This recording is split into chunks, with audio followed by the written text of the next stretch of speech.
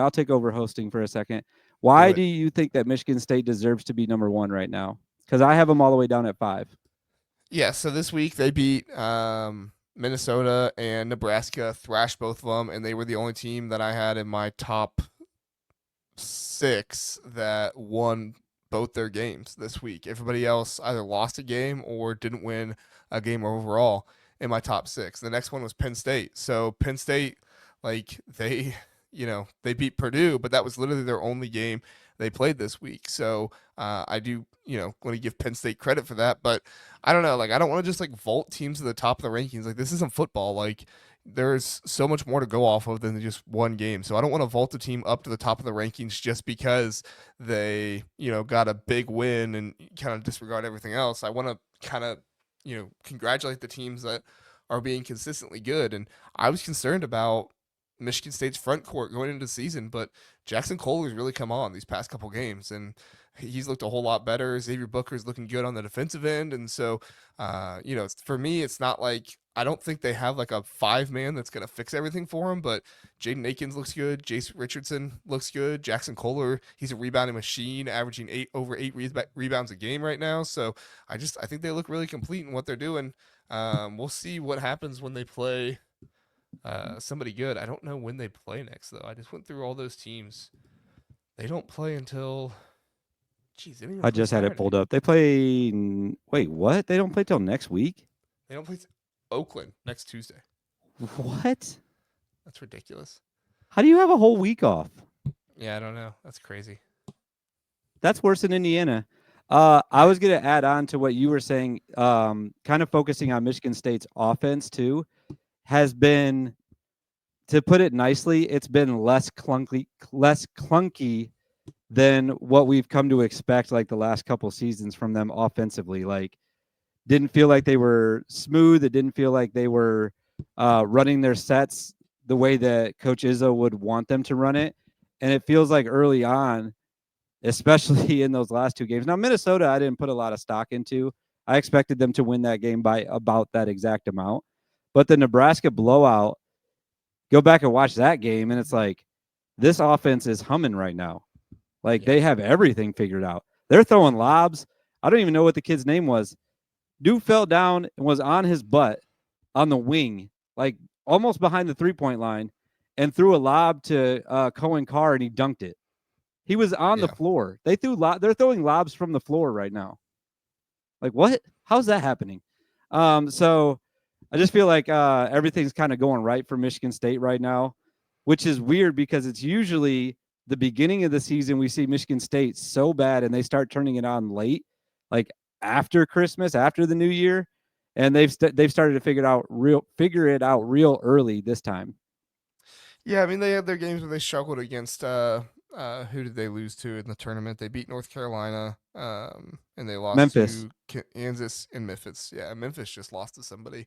Memphis Um, just lost to Arkansas State, and I'm glad you that's just right. brought that up. And real quick, that's one of the reasons I didn't put Michigan State higher. I think that they should be in the top 5 because they've been playing so good. But I go back and look at everybody else's losses and what those losses, the teams that they lost to, what they did after that. So when I saw that Memphis lost to Arkansas State, I was like, well, wait a minute here. Maybe that was a bad loss for Michigan State. Maybe I got to bump them down a little bit. So, but all these teams up at the top, though, like 1 through 7 for me, are all teams that I think that you could place a bet on right now to win the conference, and it's not a dumb bet. Any of the teams that I have, like all the way down to Illinois, I think is a solid bet. So Michigan State's still a great team, and a lot can transfer or a lot can change throughout the next couple of weeks, and it will change a lot for me. Unlike what you just said, I like moving teams around a lot. I think I had Penn State 8 last week. I bumped them all the way up to number 1. I think that's fun. I mean it is fun, but I try not to be too reactionary. I try to let teams, But it's so get their fun wins and though. move up. Yeah, no, I get it. I get it. All right, UCLA, Oregon. Oregon loses that game. UCLA shot the lights out, 12 of 23 from the 3-pointer. Oregon. Let me get my split box score up here. Didn't you say Um, because we talked about this before? Didn't you say Oregon shot like 9 from 9 of 9? 21. Yeah, Yeah, that's what it was. Yeah. Yeah, they were even free throws. UCLA was 5 of 7. Oregon was 10 of 14. Oregon did shoot better overall from the field slightly, 26 of 55 to UCLA's 28 of 62. But Oregon, they pounded the paint better in this one. It was just UCLA's 3-point shooting that I think won them the game in this one. What do you think? Yeah, so like I said, this is the most recent game that I've watched, so I feel like I have a better grasp of what happened in this game. And But you did I watch it at 2 a.m., so yeah, like just a couple hours ago. I basically watched that game and then took a nap and got on here. there we go. So it's really fresh on my mind right now. But I think that both of these teams are great, though. Like when I'm watching this game, I'm like, these two teams could beat anyone, not only in the Big Ten but in the country. I think they're both really good. I obviously put UCLA in front of Oregon just slightly because they just went to Oregon's house and beat them. And full disclosure, I did have Oregon lower than this, like right before the show. And the reason why I changed it is because of the great John Fanta.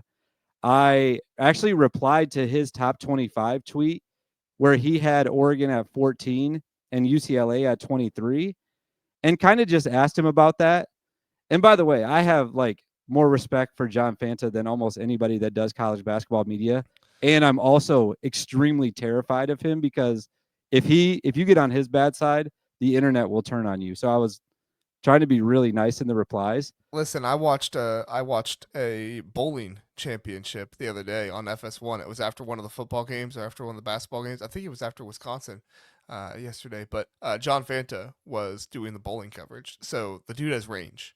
Dude, he's one of my favorites. He's great. But I basically asked him why.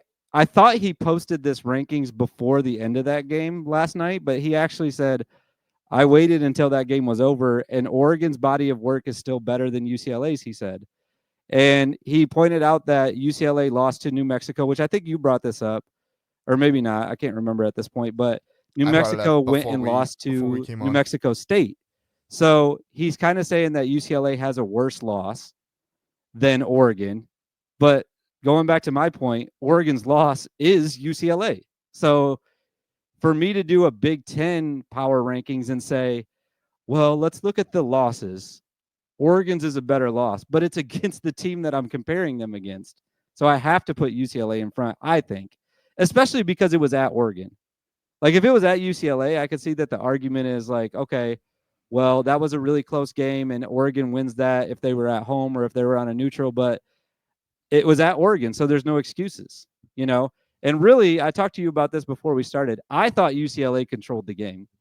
I thought that the two guards, I'm still learning everyone's name on the West Coast teams, but the two guards for Oregon were unbelievable, especially in the second half. Like, You meant to say Oregon controlled the game. You said UCLA. You meant to say no, Oregon. I'm saying UCLA controlled the game. Oh, okay. Oregon's Sorry. shooting got them back into it, Oh, okay. Sorry. is what I was saying. Like, I thought that UCLA controlled the pace. I thought that they, starting the second half, they had a bigger lead and then it started getting back and forth, but it was all because Oregon was hitting massive shots and they were all contested. Like, it wasn't like UCLA had breakdowns on defense and Oregon was getting open shots. That wasn't the case. They were just shooting the lights out, contested three. So I still feel like UCLA is a better team, and that's why I put them in front of Oregon, and because of my wife and Dan Lanning. There you go. Yeah. I mean, for me, I had UCLA so low, and I had Oregon so high. I didn't feel like like a UCLA win over Oregon could propel them that much. And then I was like, okay, so why do I have UCLA that low? Like, what was it? And it was the New Mexico loss. Like, Yeah, New Mexico was never really good enough for me to, have UCLA lose to them and still be in the top half of the Big Ten. Like, there's other teams in the top half that have lost to better teams, and I kind of give them credit for that. But UCLA, I couldn't. Well, then UCLA beats Oregon, and I'm like, okay, that's great, but they still have this New Mexico loss, and it's really hard for me to try and say, like, okay, UCLA can vault up 10 spots in the power rankings, and Oregon goes down two, just because, you know, that was my that's how they won or whatever. Like at the end of the day, Michigan still beat teams. Michigan State still beat teams. Oregon still won a game. Like Penn State still beat Purdue, and Purdue still won a game against Maryland. So like, can I really drop them down that low? So I'm going with opinion that if UCLA is that good, they will keep winning and they will keep moving up the power rankings next week as well. Yeah, that's fair too. And also, the way that you say that makes me feel really dumb because I just basically used that same argument for Michigan State, and now I'm throwing it out the window for UCLA. And here's the deal: I will be unfair, and I'll be biased if I want to. And you can reply in the comments as long as you say happy birthday at the end. Tell me why I'm wrong. Just gotta say happy birthday at the end. I'm sorry. You have to. Otherwise, I'm not reading it. Well, you'd have to read it to see they said happy No, I'm going to birthday. read it from the bottom up, though. Oh. So if it says happy birthday at the end, I'll go back up to the top of the comment. That's easy enough.